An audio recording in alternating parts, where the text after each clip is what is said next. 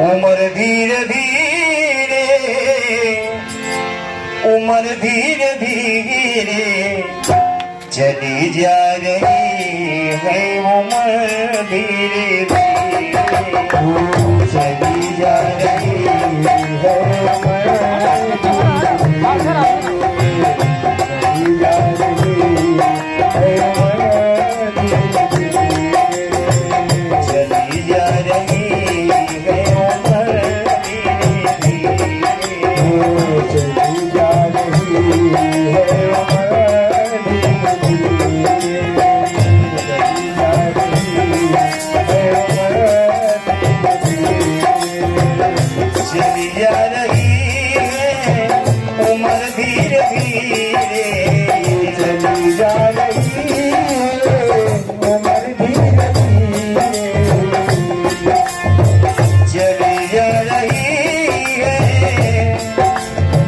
उम्र धीरे धीरे कर लो प्रभु का भजन, धीरे धीरे कर लो प्रभु का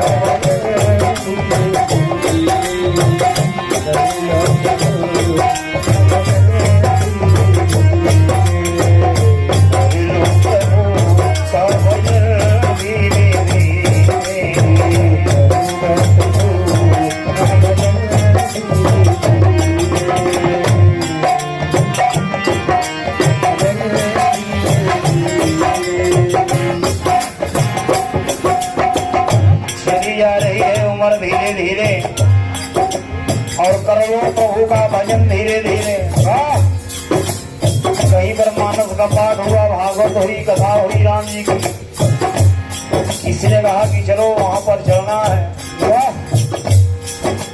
कुछ लोग कहा करते हैं कि हमारे पास वक्त कहाँ है जाने के लिए। भगवान ने आपको इतना बड़ा वक्त दिया कि आप सारे काम करते चले जा रहे हैं, लेकिन भगवान के कार्य के लिए आपके पास 10 मिनट का वक्त नहीं है। याद रखना, जिस दिन भगवान दिया हुआ अपना समय आपसे वापस ले लेंगे, आप मिट्टी के समान हो जाओगे। इसलिए जितना हो सके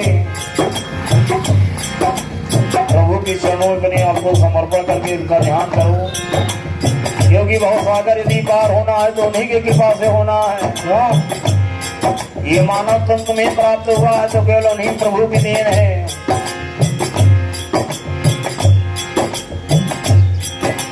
दुनिया में इतनी बड़ी सुख संपदा सब कुछ मिली तो प्रभु की देन है। यीशु राम मिले तो सब उन्हीं की देन है। जब सब कुछ प्रभु का है तो अपना अपना क्यों रटे जाने जा रहे हो। जो भी मिला है ईश्वर की कृपा से ही मिला है, और एक दिन ईश्वर की मर्जी से वापस भी चला जाएगा। परमात्मा परमहंस श्री 108 श्री महंत जी महाराज के एक कर्मों द्वारा ढेर सारी समुदाय आशीर्वाद से प्राप्त हुई है। हृदय से नमन है, सादर नमन, सादर प्रणाम है। आशीर्वाद की कामना सुनिएगा। चली जा रही है उम्र धीरे धीरे जा रही है, उम्र धीरे धीरे चली जा रही है, उम्र धीरे धीरे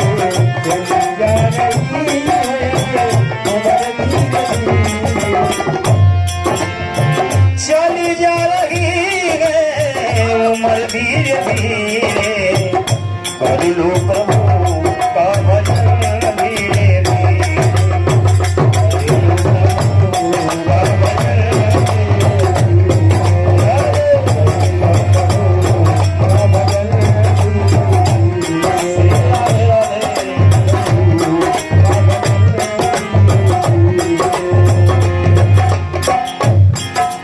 काका जी की तरफ से भगवान के जन्म में ढेर सारी समुदाय अर्पण हुए हैं।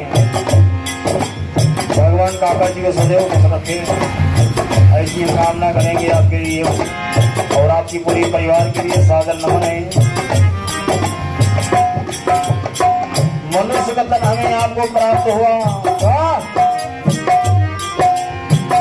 बचपन भी बीता जवानी भी जाए, बचपन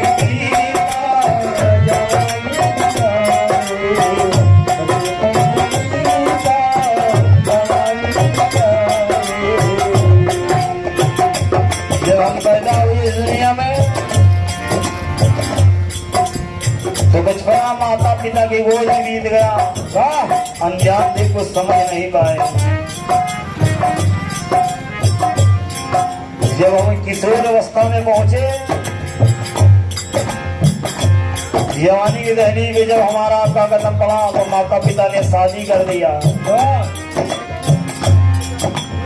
रात और दिन पत्नी के प्रेम में इस तरह से बीतता चला गया कि वक्त का पता ही नहीं चला।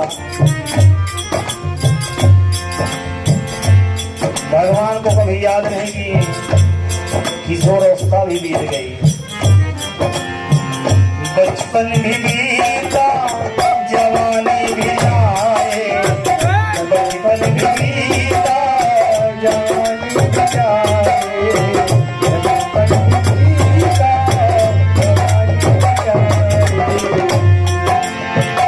बचपन भी बीता, जवानी भी आए, और बुढ़ापे का होगा असर धीरे धीरे, बुढ़ापे का होगा असर धीरे धीरे, बुढ़ापे का होगा असर धीरे धीरे,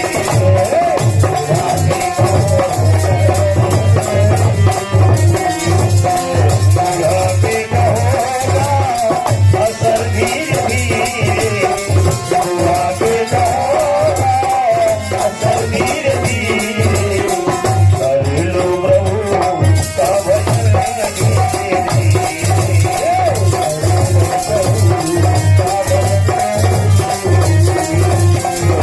प्रभु का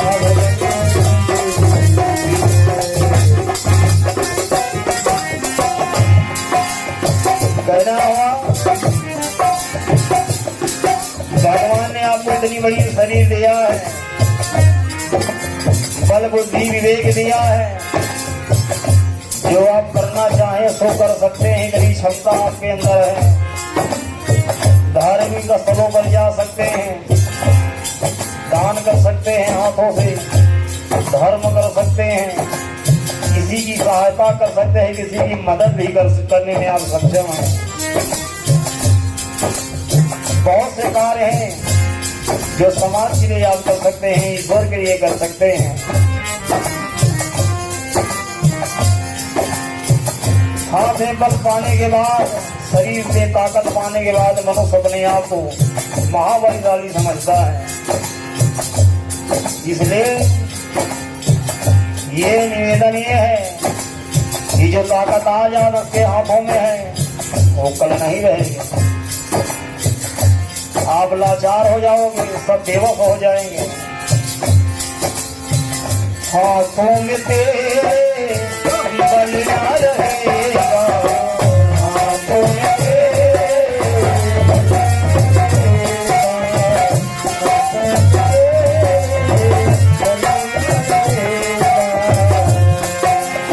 ये बल और धन, ये सब आराम पाने के बाद मनुष्य ईश्वर को भूल जाया करता है। लेकिन याद रखना चाहिए कि हाथों में ताकत आई तो किसकी बदौलत,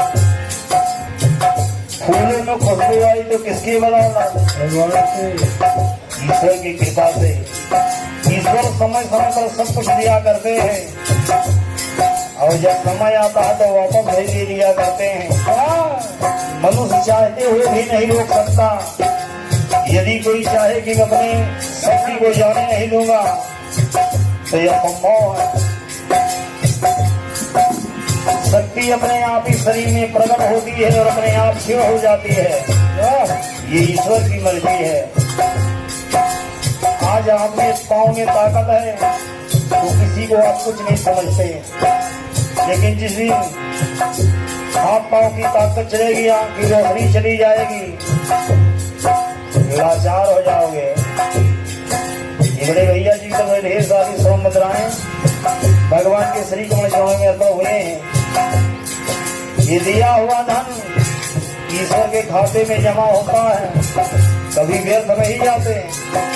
भगवान कहते हैं कि मुझे कुछ चाहिए नहीं, मैं केवल आपकी श्रद्धा को देखना चाहता हूँ, क्योंकि मैं दुनिया को सब कुछ स्वयं देने वाला हूँ।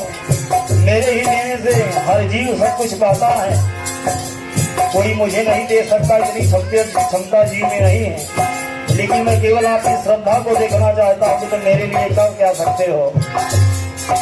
अपने अपनी क्षमता के अनुसार तमाम भक्त भगवान के लिए कुछ न कुछ जरूर करते हैं और भगवान प्रसन्न होकर उन्हें सब कुछ वापस कर दिया करते हैं।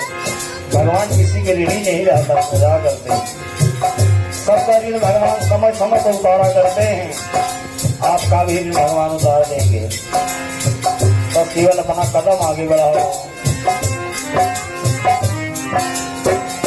हाथों में तेरे बल ना रहेगा, हाथों में तेरे बल ना रहेगा, हाथों में तेरे बल ना रहेगा।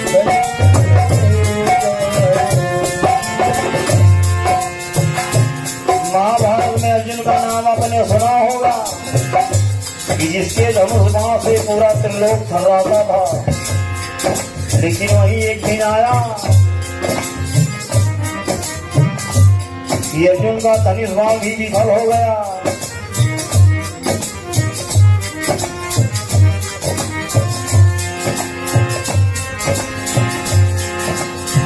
मनुष्य हो तो बलवान नहीं, समय हो तो बलवान, भीजन लूटी हो पीका, वही अर्जुन वही बाण। अर्जुन के सामने जिनकी खड़े होने की भी क्षमता नहीं थी, वक्त ऐसा गुजरा, ऐसा मोह लिया वक्त ने कि भिल्लन भी, शास्त्र में आता है कि यादवों ने अपनी लाठी से धनुष और बाण को विफल कर दिए। अर्जुन को रण क्षेत्र से भागना पड़ा है। वो समय आ गया। ऐसा क्यों हुआ? भगवान ने बताना चाहते हैं, आपको समझाना चाहते हैं कि जब तक मैं तुम्हारे साथ हूँ, तुम्हारी मदद कर रहा हूँ, तुम्हारा कोई कष्ट नहीं बिगाड़ सकता। लेकिन जिस दिन मेरी कृपा तुम्हारे ऊपर से हट जाएगी तुम कुछ भी नहीं रहोगे। अर्जुन का वही हाल हो गया कि जिन दो व्यक्ति उनको लूट लिए, हरा दिए, जिनका कोई नाम निशान उनके सामने नहीं था, लेकिन उनको भी हारना पड़ा। हाथों में तेरे बल ना रहेगा, हाथों में तेरे बल ना रहेगा, हाथों में तेरे बल ना रहेगा, हाथों में तेरे बल ना रहेगा। झुकेगी तुम्हारी कमर धीरे धीरे,